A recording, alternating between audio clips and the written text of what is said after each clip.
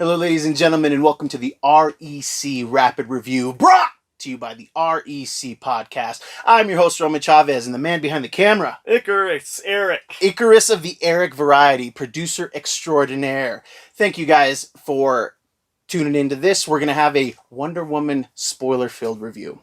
We're going to try to do this as quick as we can and hit a lot of the finer points and just kind of take you along this journey. This is almost more of a discussion than a review. I hope you've seen the movie. I don't want to deter you or to tell you should watch this film, but I want to share our point of view with what we experienced on Christmas. Unfortunately, Eric couldn't make it. He is a working man. We were going to watch this movie together, and he couldn't make it. So I bit this bullet myself, which might not be leading in the most positive direction. Again, spoilers. We open up Themyscira, the Paradise Island, land of the Amazons, with something that really doesn't pertain to the rest of the film. I think they're trying to set a tone that doesn't fit with the rest of the movie. There's a lot of subtle things that we're supposed to kind of glean from the Amazon princess as a child, competing in these triathlon games against other Amazons. And while somewhat entertaining, feels very, very campy. There's a lot of high flying for, I want to say no reason, but you kind of expect that with Wonder Woman. But it feels very forced. She's meant to learn a lesson here about humility and what she needs to do. And we kind of get this, Eric, producer extraordinaire, what is the Amazonian armor? What is the character's name? Yes, I will spell it out for you. Asteria. Asteria, I believe, is her name. And that's kind of where we get this glimpse of this fabled Wonder Woman armor. So kind of sets up like, okay, this is obviously going to be something. We've seen the trailer. We jump to the year is 1984. And it's fun. You know, they're really leaning into, I believe they're trying to do the 80s camp. They're trying to make it fun for us. They're trying to say, hey, guys, we remember the 80s just like you do.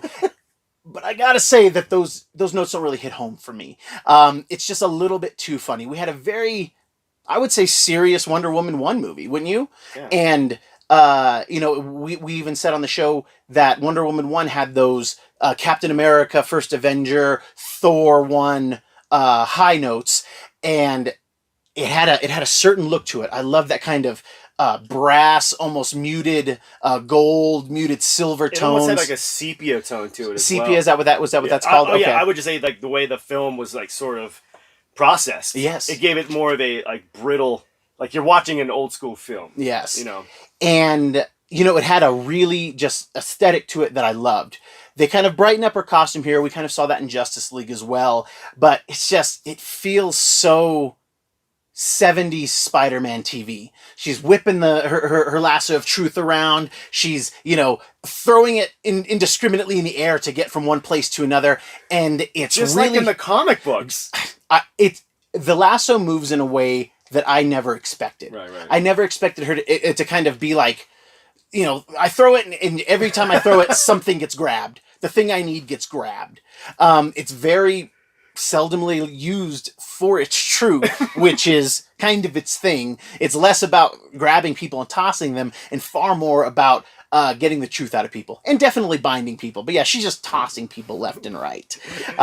We get introduced to Barbara Minerva, the cheetah, which actually this one might not be Barbara Minerva, but we do have some cheetah action in here. And we have her as the she's kind of the aloof, nerdy, I wish I was the cool girl, but I'm in my 40s, so it's like, that's not happening. Like, you're done. You've turned that corner, and we're not getting there, okay? She becomes enamored with Diana, wants to be, just, oh man, like, you really command a room. I wish I could command a room. That's the, they're not subtle about it at all. It's that very, Peter Parker feel of what's going on with Barbara. She's good. You see her donating her time and getting extra food for the homeless. Like, they're really trying to hammer this point home that Barbara, she's a good cat. Good cat. I want to say it's a language issue. I don't really think that they communicate well together. I think that Diana's and, in real life, Gal Gadot's, accent, it works when she's talking to other people of mythical range, but it just does not work when they're trying to talk to each other because she's such aloof, and Gal Gadot is just really projecting Amazonian princess, not even barely trying to hide it, it seems. Right. But they're both working at this museum. Yep. You know, Diana's worked her way into this job where she's, a master of antiquities kind of thing. She is some type of doctor. And Minerva's a archaeologist, zoologist. She keeps like listing her achievements as she's going. Yeah. And they come across this stone. And in this stone, there's kind of this bracelet-looking thing around it. It's very very ominous looking. But they determine that the stone is a fake. That this specific type of stone is nothing. They use it in all kinds of different fakes and forgeries. And it's supposed to be the Dream Stone. From comics, we know it's from the Duke of Deception, the Sultan of Swat, Dolos. And he's just a god of mischief of some kind. A Loki level god of deception. And rumor has it that if you hold this stone and you make a wish, your wish is granted. Sounds great. Sounds totally great. We see Diana hold it. You could tell she makes a wish by it. She doesn't verbalize anything, but you can tell what's going on, which leads us to kind of my big issue with the movie. Big issue, guys. We've seen it in the trailer. We know that Chris Pine is back. The Steve Trevor character, which we all loved. I mean, basically Captain America without the shield and the upgrades in the first Wonder Woman movie. And he's fun, man. He really was. I was like, hey, this guy could have been Captain America. He could have been. He would have been fine. He was Chris too. He was a Chris. Yeah, he's a Chris. So we like our MCU Chris's. And he shows up. We know that he's in there. There was tons. We all had theories. Is this going to be Martian Manhunter? Like, what's the deal? Like, how is he here? Because we know he didn't put it in the water. He blew it up in the atmosphere, okay? And he's there. But for no reason, his, soul is in the body of another person. What is that? What is that? If we're making wishes, like she didn't wish for that. She didn't wish for Steve to show up in somebody else's body. It's absolutely ridiculous. Absolutely ridiculous. It was very, let's just say it. Fans of the show, Quantum Leap. There's lots of scenes in mirrors where we're seeing him catch him.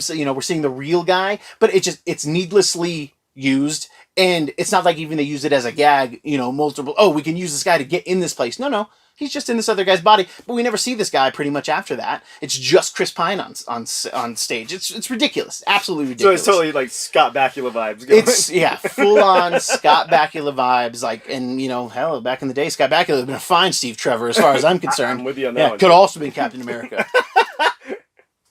And it's a weird plot device. So obviously this stone is this MacGuffin. MacGuffin. It's a MacGuffin. And not only is it MacGuffin, but so other people are starting to wish and things are going on.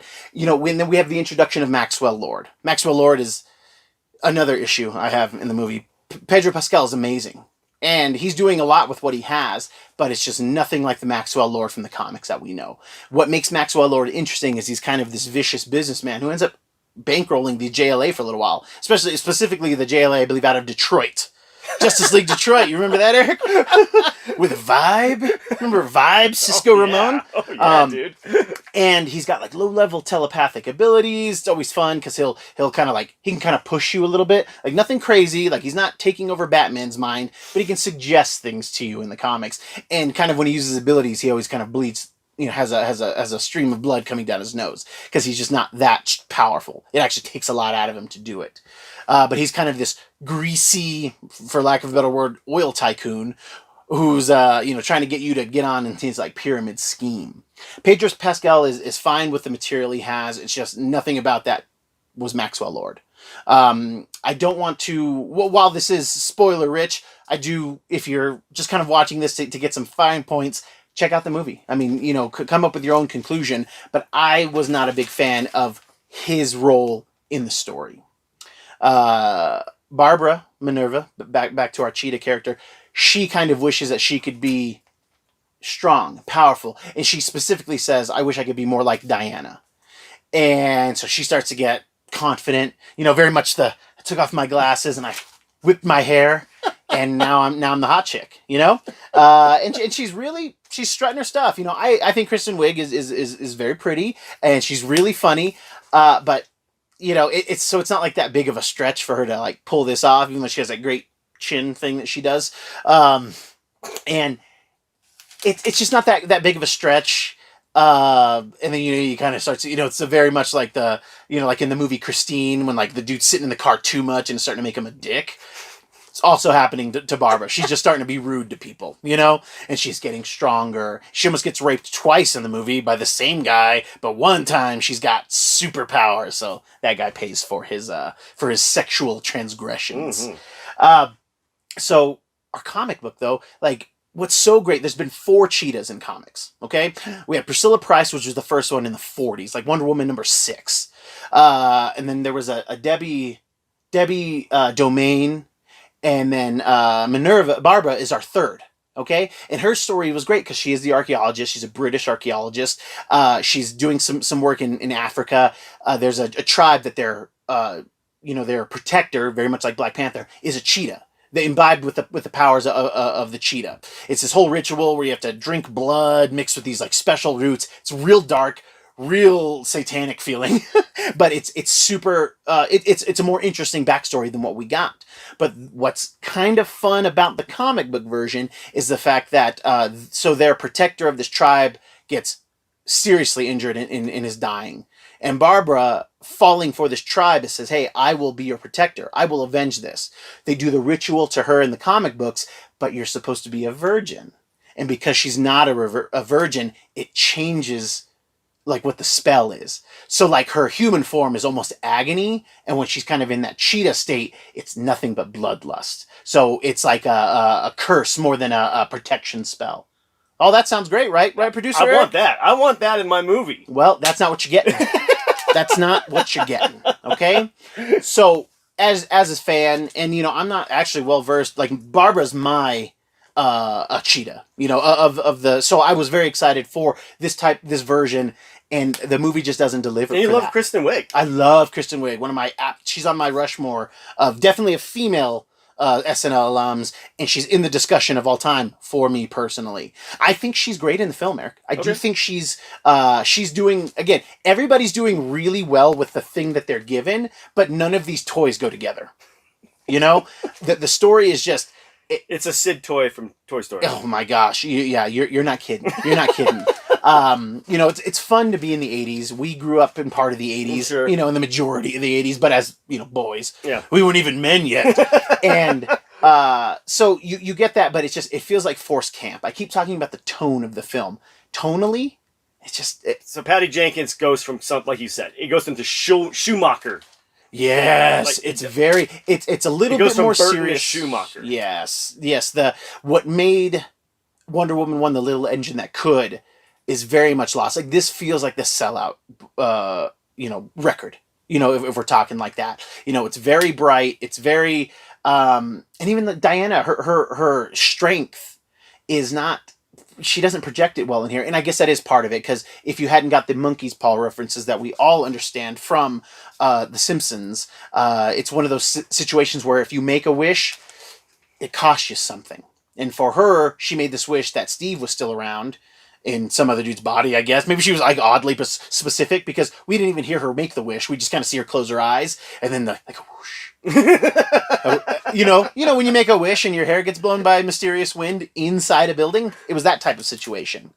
And man, I already lost my train. But where I'm at is, it's her strength of her character is not particular. She's obviously already very old in terms of the years of men, but she's telling Steve like, "I'll never love another man," and it's just, it feels so uncharacteristic of her.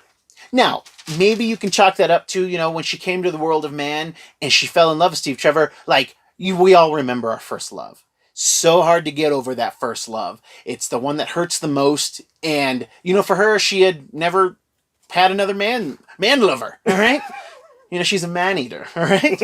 And so I guess there is something like that, but there's a maturity there that she had in the first movie, right, that maybe just living in the world of man, and I guess you could chalk that up in the storyline, like, just being exposed to the human race for so long is making her, her defenses are coming down a little bit. She's getting used to living in this indulgent, American lifestyle, you know, just like how Thor in the MCU films starts to get a little funnier, and by the third movie, a lot funnier. Yeah, way so, funnier. More funny. Um, I think there's. We wanted this to be to save our quarantine. This was going to be 2020 was bad, and we're gonna go out on the right note on Christmas. We're gonna finally get a comic book movie. Fell short, guys. There was no way it was going to meet our expectations. I can fully admit that, but it's just not what I'm used to. It's not what they promised me. And again, DC, you're always adding stuff that doesn't make sense. You're baking a sweet, sweet cake. Too much salt. Too much salt. Too much catnip. Too much catnip. Yeah. Overall, I can't recommend the movie to people. If you're like, I'm a diehard Wonder Woman fan, I loved the movie, the first one. I can't wait to watch this. I would be like, just dial it down. Just dial it down. Because there are some cool parts. There really are some good parts, but it's about 45 minutes too long, as Big Tuna, friend of the show, texted me today. It's about 45 minutes too long. There's a lot of unnecessary stuff, even with that 45 minutes out. And I gotta say, guys, I don't know that it's worth. If you, I guess some of us aren't working, so I heard some people almost just walked out of their house. It's like, nope, I'm out. just talked to their significant other, requested some type of refund, and then just left. Just left. The true at-home theater experience. If you guys watched it, let us know what you think in the comments below. This went a little longer than I intended it to go. However, I hope you enjoyed this discussion. This is not a review for somebody who hasn't seen it. This is something that we discuss. We're trying to bring Comic Book Shop to you guys. This is us having a conversation with you. You may see me behind in front of the camera. You may see Eric Icarus in front of the camera. We're going to figure this thing out, and we hope that you enjoyed this. Tell us what you think below. Click that subscribe button. Check us out on the REC Podcast, posting every week. Check us out on Instagram at REC Podcast, and check out for REC Toycasts as well. Thank you so much for watching. Thank you so much for listening. I'm Roman Chavez, producer. Erik Icarus. We'll catch you on the next podcast.